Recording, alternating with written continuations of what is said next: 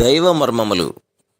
సహోదరుడు భక్తి సింగ్ గారి అనుభవములో దేవుడు ఆయనకు బయలుపరిచిన దైవ మర్మములు. డిసెంబర్ 26. అటువలే ఆత్మయు మన బలహీనతను చూచి సహాయం చేయుచున్నాడు. ఏలైనగా మనము యుక్తముగా ఎలాగూ ప్రార్థన చేయవలనో మనకు తెలియదు గాని ఉచ్చరింప శక్యము గాని మూలుగులతో ఆ ఆత్మ తానే మనపక్షముగా విజ్ఞాపనము చేయుచున్నాడు. రోమా 8:26. సహాయము చేయు ఆత్మ ఏ విధముగా ప్రార్థన చేయవలనో మనకు తెలియదు.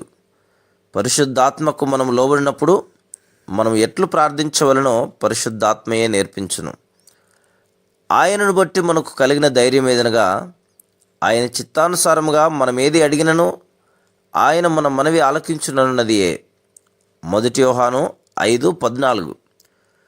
ప్రార్థన అనగా ప్రభువుతో సహవాసము.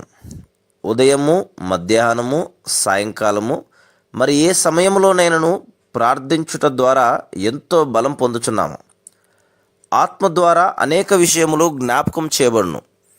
ఈ విధంగా మనం ప్రభువునకు సమీపముగా తేబడుదుము. Praise the lord.